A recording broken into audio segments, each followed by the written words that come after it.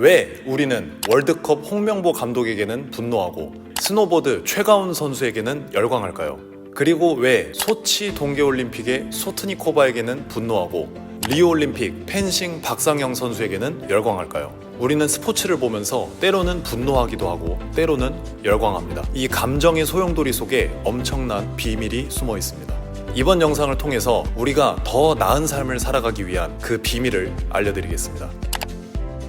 우리는 스포츠 경기를 보면서 자연스럽게 감정을 이입합니다. 내가 좋아하는 선수일수록, 내가 좋아하는 팀일수록 그 정도는 더 강해지고, 특히 국가 간의 경기면 말할 것도 없죠. 누가 이겼는지 누가 졌는지 경기 내용은 어땠는지 그것도 중요하지만 사람들의 감정을 크게 움직이게 하는 것은 따로 있습니다. 그것은 바로 서사입니다.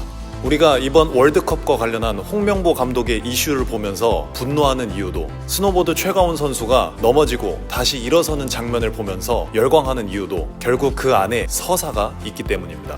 한쪽에는 불공정이 있고 한쪽에는 고난을 이겨내는 도전이 있습니다. 한쪽에는 납득되지 않는 과정이 있고 한쪽에는 포기하지 않는 과정이 있습니다. 그리고 사람들은 그 장면을 보면서 단순히 스포츠계의 해프닝으로만 여기는 것이 아닙니다. 나의 기억을 떠올립니다.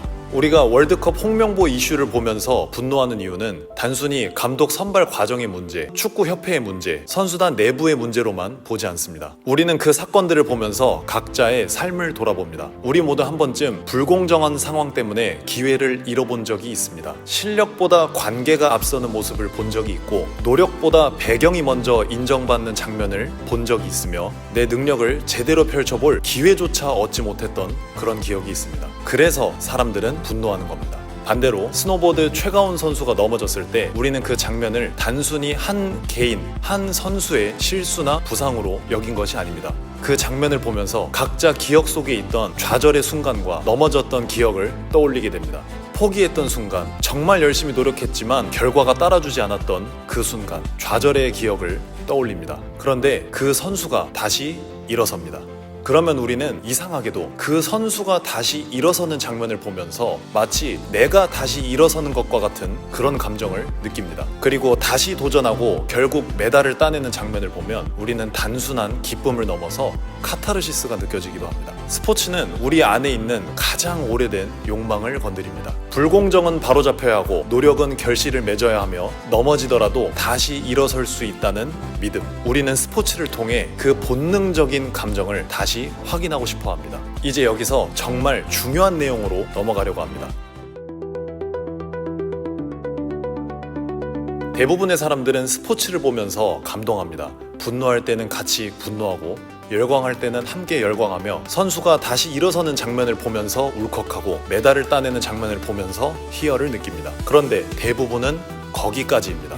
영상을 끄고 기사를 닫으며 하이라이트를 보고 나서 다시 똑같은 내 삶으로 돌아갑니다. 그리고 끝입니다. 내 삶은 그대로입니다. 내가 포기했던 일도 그대로고, 내가 미뤄뒀던 도전도 그대로고, 내 몸도 그대로고, 내 생활도 그대로입니다. 그러니까 우리는 타인의 승리의 장면을 보면서 희열은 느끼고 같이 감동하지만 정작 내 삶에서는 아무것도 바꾸지 못하는 경우가 많습니다. 그런데 아주 조금 특별한 사람들은 여기에서 그 다음을 생각합니다. 나도 다시 해볼 걸. 나도 그때 한 번만 더 해봤더라면, 저렇게 다시 일어섰더라면, 그때 포기하지 않았다면 과연 달라졌을까?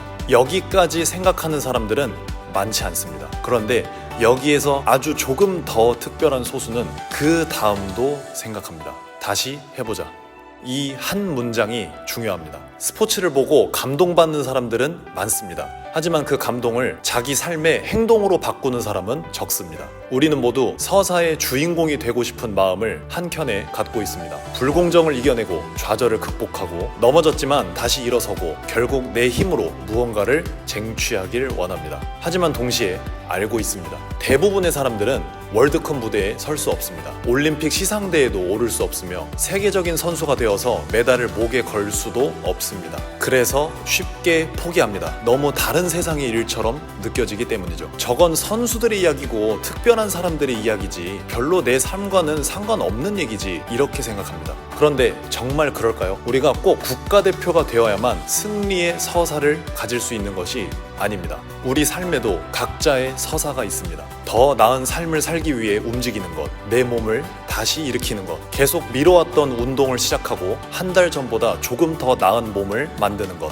포기하지 않는 것, 이것도 충분히 하나의 승리입니다. 그리고 그 승리를 가장 정직하게 경험할 수 있는 것이 바로 운동입니다. 운동은 거짓말을 하지 않습니다. 한 만큼 쌓이고 하지 않으면 티가 나고, 몸에 밴 습관은 내 삶을 바꾸고, 운동을 통해 몸이 달라지면 내 삶을 대하는 태도도 달라집니다. 운동은 단순히 살을 빼기 위한 것이 아닙니다. 그리고 단순히 근육을 만들기 위한 것도 아닙니다. 운동은 내 삶의, 내 서사의 주인공으로 다시 일어서기 위한 훈련입니다. 내 앞에 놓인 무기력, 게으름, 좌절, 자기불신을 하나씩 정복해 나가는 과정입니다. 우리는 스포츠 스타의 서사를 보면서 열광합니다. 하지만 진짜 중요한 건 그 서사를 보면서 감동받는 데서 끝나는 것이 아닙니다.